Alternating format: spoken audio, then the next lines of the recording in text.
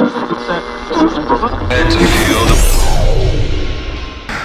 everyone, welcome along to Chargers TV. Week 1 of the Coles Express Everyone South season tips off this weekend, and we are coming to you from the glass room here at the Hobart Netball and Sports Centre, a different location to start off our show, but I'm here with the one and only Justin Bryan. JB, hello. Good, Ronnie. We've gone really old school on this one here. Of course, it is a last minute show. We are very intense with our work. It's a busy week. It's been a huge week in basketball, and we've got a massive one still ahead of us, so we're going to try and get some content out. We're going to try and bash a show out. This is literally the only time we've got. We've come straight off UBL basketball here.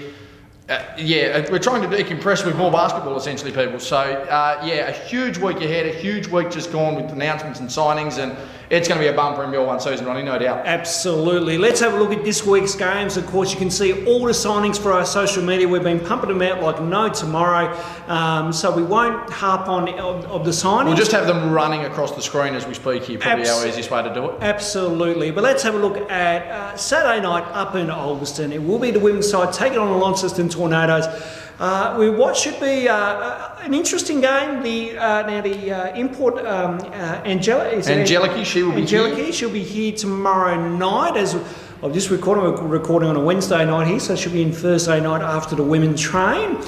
Keely Froling should be in town for the Tornadoes as well too. So it's an exciting matchup on paper. How both teams go about this, I'm not sure. Launceston have a few outs because of a state camp at the moment. Chargers will be near full strength, to my understanding. So what do you make of the game going in Saturday night at the Mazda BT50 Stadium? Yes, I still think you have to give credit to Launceston. Obviously, Ronnie, they were a side that, outside of a couple of results, were a top 4 team again last season, fell just short with some finals results there. I think they were bundled out the prelim final, actually, the same day the Chargers got the win there. Right here, actually, at the Netball Centre last season. They're going to be a tough matchup. They're always a tough matchup. They're a well-drilled team. They've got plenty of size about them, plenty of veteran experience, but plenty of youth as well. So, of course, Micah Simpson pretty key in that team. Mariah Payne pretty key in that team. We talked about Keely Froling, of course. Yes. You know, she's key. Sarah Veal coaching. She's really gelled that unit over the last few years, really built a sense of community and a real sense of team around them. Of course, focusing on our Mackay Timber Hobart Chargers, will Kayla Steindl be playing will be the question. Obviously, Lauren Mills is back into the fold after a stint at college. Angeliki into the lineup. Again, you've got to consider she's going to have less than 48 hours off the ground before she jumps straight into a minibus and straight up the highway on an 8-hour, 9-hour round trip with roadworks to play the game. Zoe Banks, Leah Bartlett, crucial as well. The Erin sisters, of course. I think we may have one or two affected by this state camp as well. But again, that's just how the cookie crumbles. It's generally around round 1, 2 or 3 that happens here for most of our Tassie teams. So it's going to be a really interesting game. It's going to be a competitive game. But again, as Dwayne Davey has said time and time again in the off-season, it's time for phase 2. You know, it's generally a 3-year plan to try and rebuild the culture, rebuild the structure of the team. This is the start of year 2. So for the Chargers women, they are wanting to get off on the right foot. It's going to be tough if they're going to get the win. There's no doubt about that. But in saying that, I think the team's been built well. I think an extra year of development. I think a huge off-season. Some of these girls as well, you know, they're playing their UBL, they're playing their SBL. So there's still a lot of senior basketball being played around the traps. I think they're going to have the legs under them. What the result is, I don't know. I probably do have to favour Launceston just on form and previous record.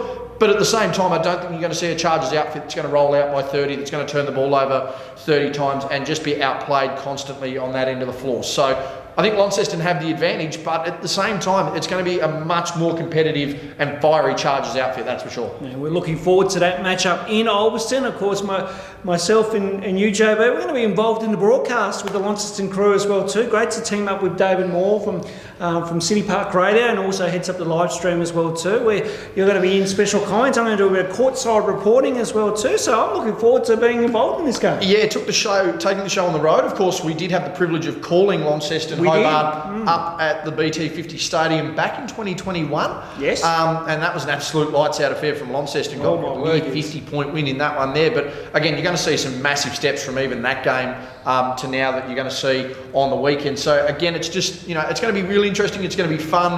We're going to bring pretty much our Chargers dynamic of the broadcast in as well. Absolutely. It's going to be great to be teaming up with David Moore, again, a veteran of calling sport across the state here. Yes. A big shout out to David, and thank you for reaching out to us to help out with that one there. Looking forward to getting into it. Of course, we'll hit the road Saturday and do the big round trip. Probably stay up overnight, I think, Ronnie, and we'll be back Sunday. So, no, it's going to be massive, and can't wait to be on the call. Looking forward to that game, and of course, following that is the men's game. Of course, it's going to be the arch rivals of Northwest Thunder taking on our very own Mackay Timber Hobart Chargers. Both sides will be at full strength. Devon Watson came in last night, trained with the team, and looked pretty good, regardless of jet lag. Of course, we've just recently announced Zach White, which is great to see. Ollie Angerstein is ready to go as well too. But Sam McDaniel as well too, and Jared Bairstow still another couple of weeks away. Yeah, I still feel with injury as well. For the Thunder welcome back the prodigal son, Trey Armstrong, back into their lineup. And a couple of other new recruits as well too. I think Paul Campbell's back for another season as well. Paul Campbell, just a consistent player and a great defender out on the floor. He's always given us nightmares on the offensive end as well too.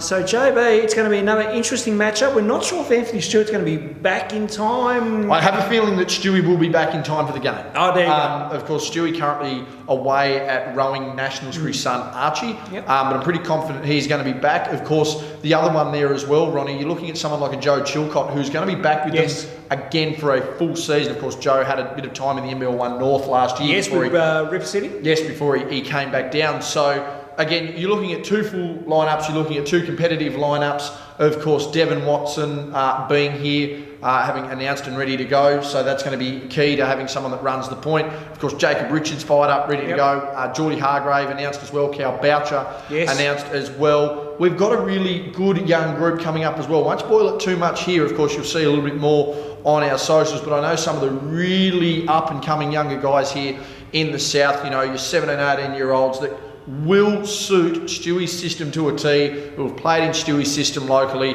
They know what to do, they know how to get about it, and from all reports, having that confidence instilled in them at practice as well.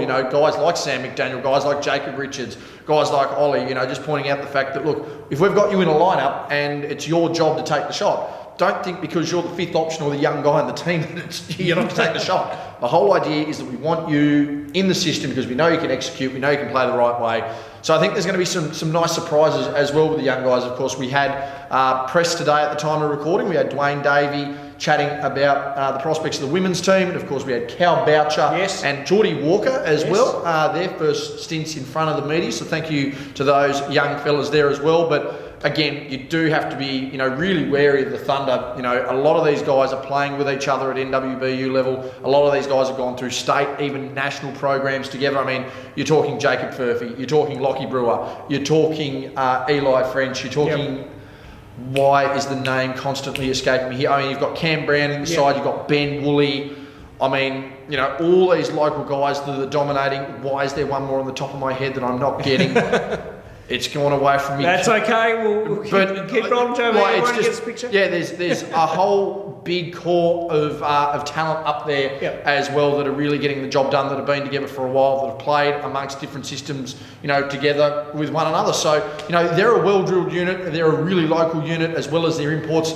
And we all know how competitive and fiery these games can get. I mean, we had a really good competitive game for 3.5 quarters up in the Northwest last year, right down to the wire. This year, in the season just gone, in the return game down at Hobart.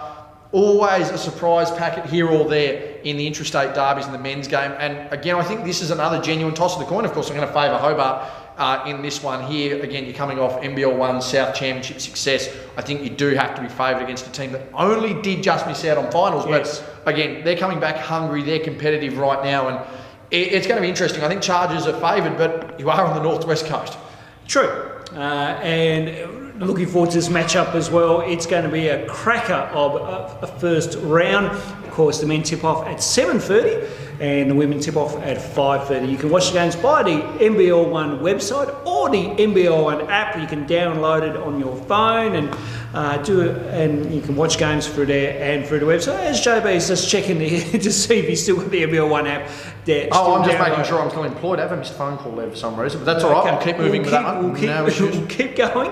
All right, you can, of course, as you've seen on our social media, a lot of news been coming around left, right, centre, and again, you can follow us through those socials. So like us on Facebook, like us on Twitter, give us a follow on Instagram as well too, and subscribe to our YouTube channel as well. So keep up to date with all the goings on here for your Mackay Timber Hobart Chargers. Now next week we will be in our new studio down at Swisher Hoops Academy. We will get that all set up next week. And, Absolutely. And we'll go through the games and we go into the Easter break. So it's really odd how this works out. Round 1, then the Easter break, then round 2. We've really lined up the basketball schedule pretty much like the local Tassie footy comps. A lot of Tassie footy competitions will go into essentially a gala weekend or a big weekend now, and then go into a break as well. So it'll be an interesting dynamic, but ultimately with the roster after a couple of years of COVID and the pandemic, right now it's getting the most out of your talent coming from the NBL to be able to play in the NBL One and then still have that rest period before you really hit the pre-season in the NBL. So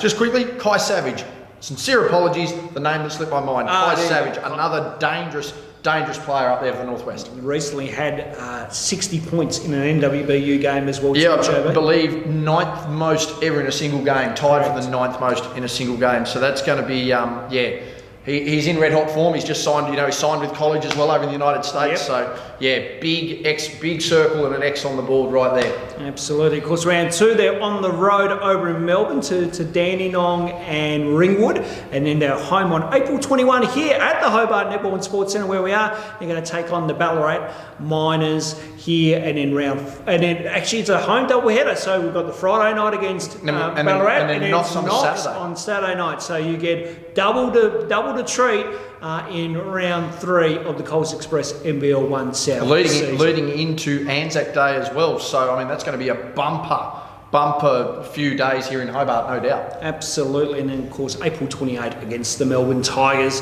here at home. That will pretty much wrap us up. Just a mini quick little episode here. We just wanted to quickly get one out because of the busy schedule we both have. Flat out. Ronnie's going to training, I'm going to work. It's all happening. What a week it has been in. Well, the lights just went out. Well, that's probably, you know what, Ronnie? Pretty good cue, I'd say. Yeah. Well, with the lights out, that will take us out of this program and into another atmosphere. On behalf of JB, I'm Ronald Riggs. We'll see you next week here on Chargers TV.